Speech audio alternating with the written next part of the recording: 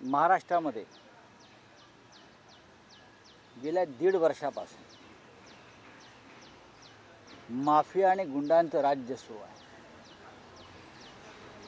मुळात महाराष्ट्रात जे राज्य आणलेलं आहे ते झुंडशाही आणि गुंडगिरीतून आणलेलं आहे। कायदा आणि घटनेचा मुर्दा पाडून आणलेला आहे। पैशांचे ठोक व्यवहार करून हे सरकार आणल्यावर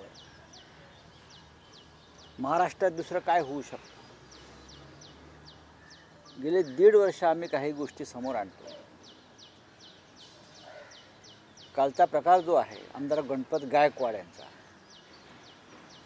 हा उल्हासनगरचा म्हणताय ते नाही आहे, हा मुख्यमंत्र्यांच्या जिल्ह्यातला आहे। हा मुख्यमंत्र्यांच्या जिल्ह्यातला आहे आणि या गोळीबाराला स्वतः मुख्यमंत्री जबाबदार आहेत। मी गणपत गायकवाड आमदार यांचं निवेदन ऐकलं आहे। ते त्राग्यानं असं म्हणतायत, मी त्यांच्या कृत्याचं समर्थन करत नाही अजिबात। एका लोकप्रतिनिधीनं पोलीस स्टेशनात जाऊन गोळीबार करणं याचं कोणी समर्थन करणार नाही, पण ते सत्ताधारी पक्षाचे आमदार आहेत, भारतीय जनता पक्षाचे। त्यांच्याच पक्षाचे गृहमंत्री आहेत, उपमुख्यमंत्री आहेत। गणपत गायकवाड असं म्हणतायत की मी मनस्तापातून एकनाथ शिंदे यांच्यामुळे हा गोळीबार केलाय। हे त्यांचं स्टेटमेंट आहे।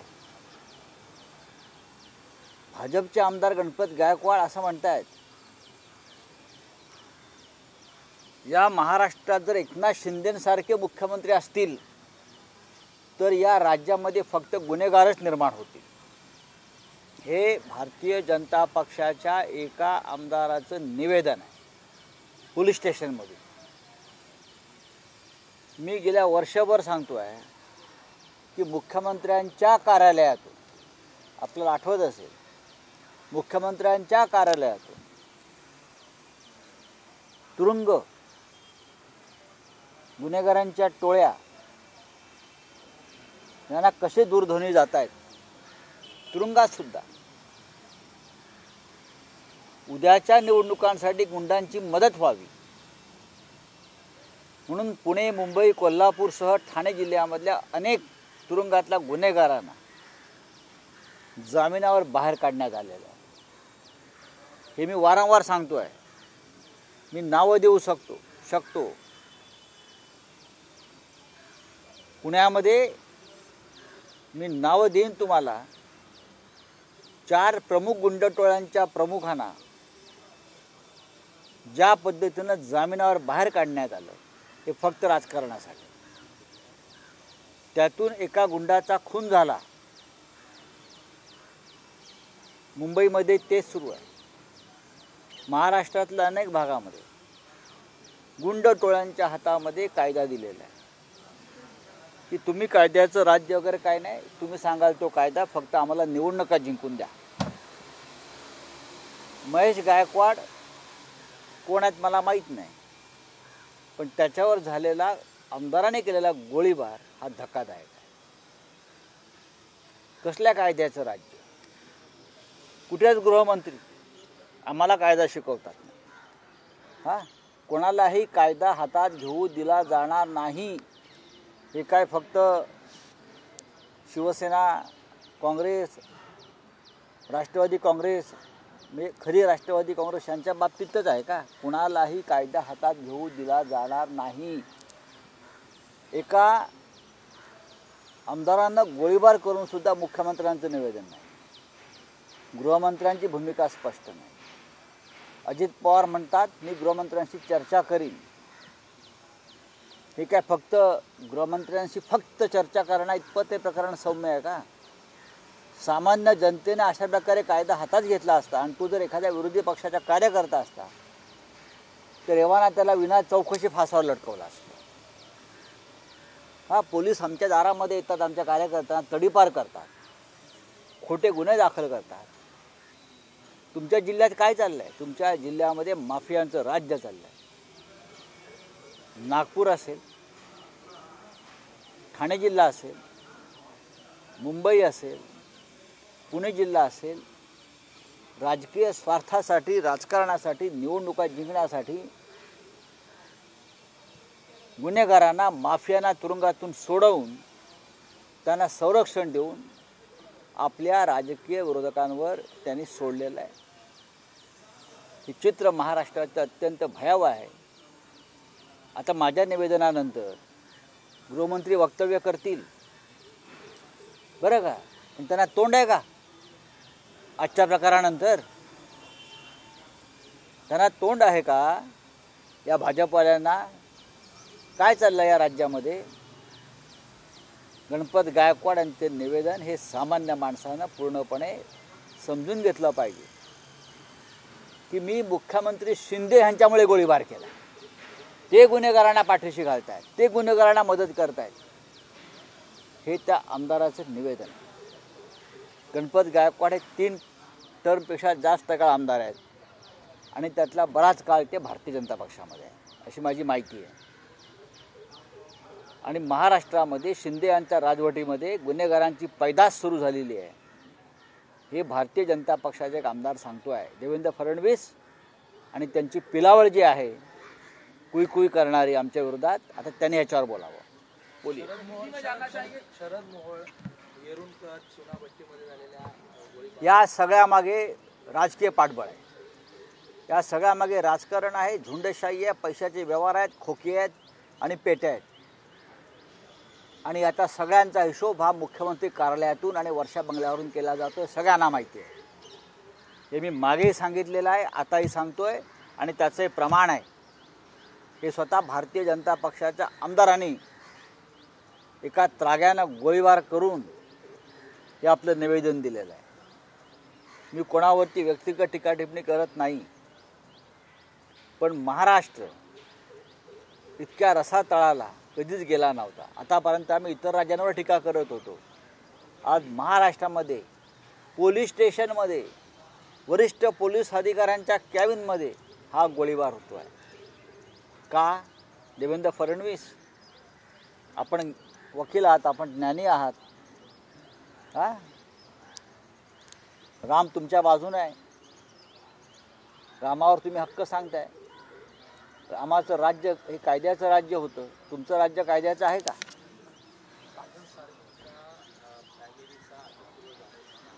हो ठीक आहे, ते आता ज्याने गोळीबार केला आहे त्याला अटकपूर्व जामीन देतील. ज्या आमदाराने गोळीबार केला आहे, ज्याने एकूण अंधाधुंद गोळीबार केला, किंवा पुण्यामध्ये 3 भयंकर गुन्हेगारांना जामिनावर सोडण्यासाठी सरकारमधल्या 3 मंत्र्यांनी कसा हस्तक्षेप केलेला आहे हे मी तुम्हाला लवकरच देईन. त्यांना प्रोटेक्शन आहे कायद्याचं. खून, चोर, बलात्कारी, दरोडेखोर, भ्रष्टाचारी, हां. पण राजन साळवी जे विद्यमान आमदार आहेत अनेक वर्ष, शिवसेनेचे आहेत, त्यांना आणि त्यांच्या पत्नीला, त्यांच्या मुलांना, त्यांना अटकपूर्व जामीन. गणपत गायकवाडसाठी आता फोन जाईल गृहमंत्र्यांच्या कार्यालयातून. सांगतो ना मी तुम्हाला, पहा ना तुम्ही.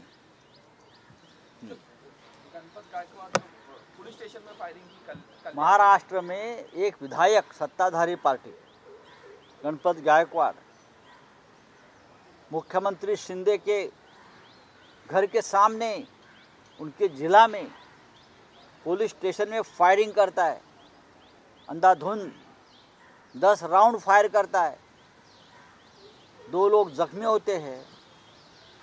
कहाँ है कानून का राज? विधायक फायरिंग करता है और विधायक ये बोल रहा है, ये भारतीय जनता पार्टी का, जिस पार्टी का गृहमंत्री है वो बोल रहा है कि ये फायरिंग मैं मुख्यमंत्री शिंदे की वजह से कर रहा हूँ. ये फायरिंग के लिए मुझे मुख्यमंत्री शिंदे ने मजबूर किया है. महाराष्ट्र में कानून का राज नहीं है.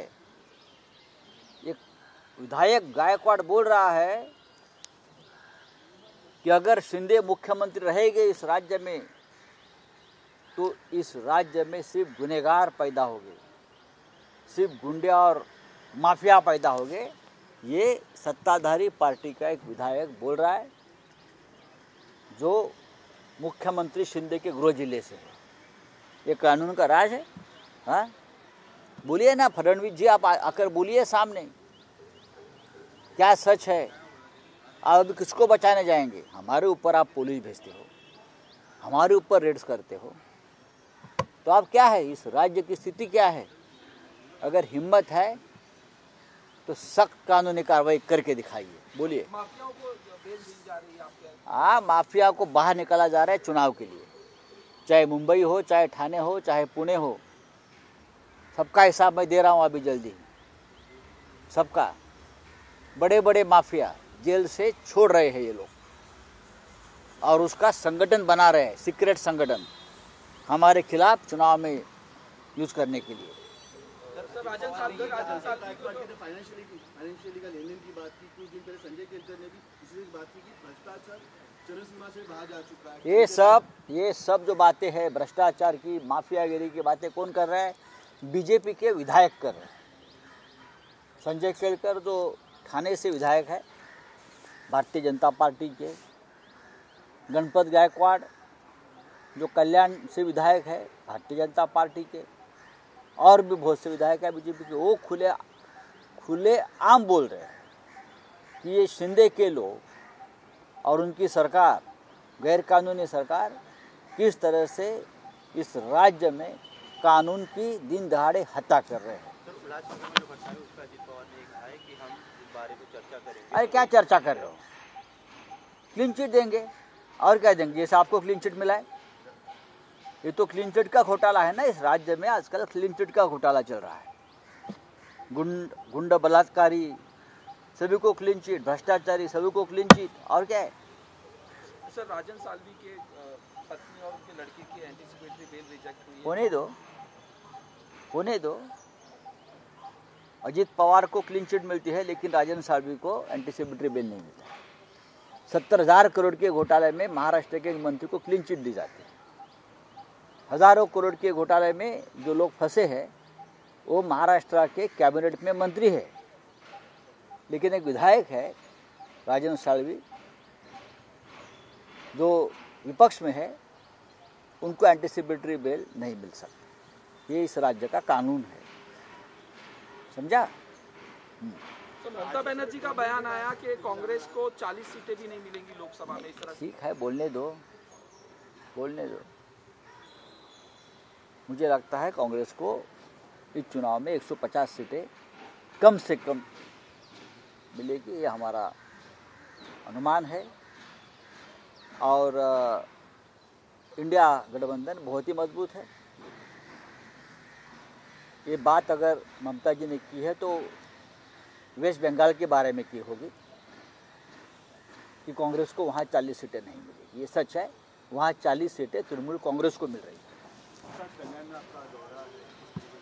हाँ, मैं डोंबिवली कल्याण में जा रहा हूँ, जहाँ कल फायरिंग हो गया है। मुझे भी देखना है, क्या मैं जाऊँगा तो मेरे पे फायरिंग हो, कोई लोग करने वाले हैं क्या? मुझे बोल रहा थे कोई लोग कि आप मत आइए, जो हम जा रहे हैं, करो फायरिंग। हमारी शाखाओं का उद्घाटन है और भी बहुत से कार्यक्रम। तुम्ही डोंबिवली कल्याणला जाणार आहात, घटना कालची आणि त्यानंतर डोंबिवली कल्याण भागामध्ये आज आमचा दौरा आहे, मी जातो आहे। काही शाखांची उद्घाटन आहेत, इतर काही कार्यक्रम आहेत, बाळासाहेब ठाकरे यांच्या नावानं काही सोहळे आहेत। कालच तिथे अंधाधुंद गोळीबाराची घटना झालेली आहे। मला काही लोकांनी सुचवलं की आज शक्यतो येऊ नका, वातावरण तणावात आहे। मी काय करणार, आमच्यावरती गोळीबार करणार का तुमचे लोक? करू द्या म्हटलं, आम्ही येतोय, आम्ही कार्यक्रम करू, तुम्ही आपापसात एकमेकावर गोळ्या चालवा। मुख्यमंत्री आणि गृहमंत्री आहेत तुमच्या नावानं भजन करायला।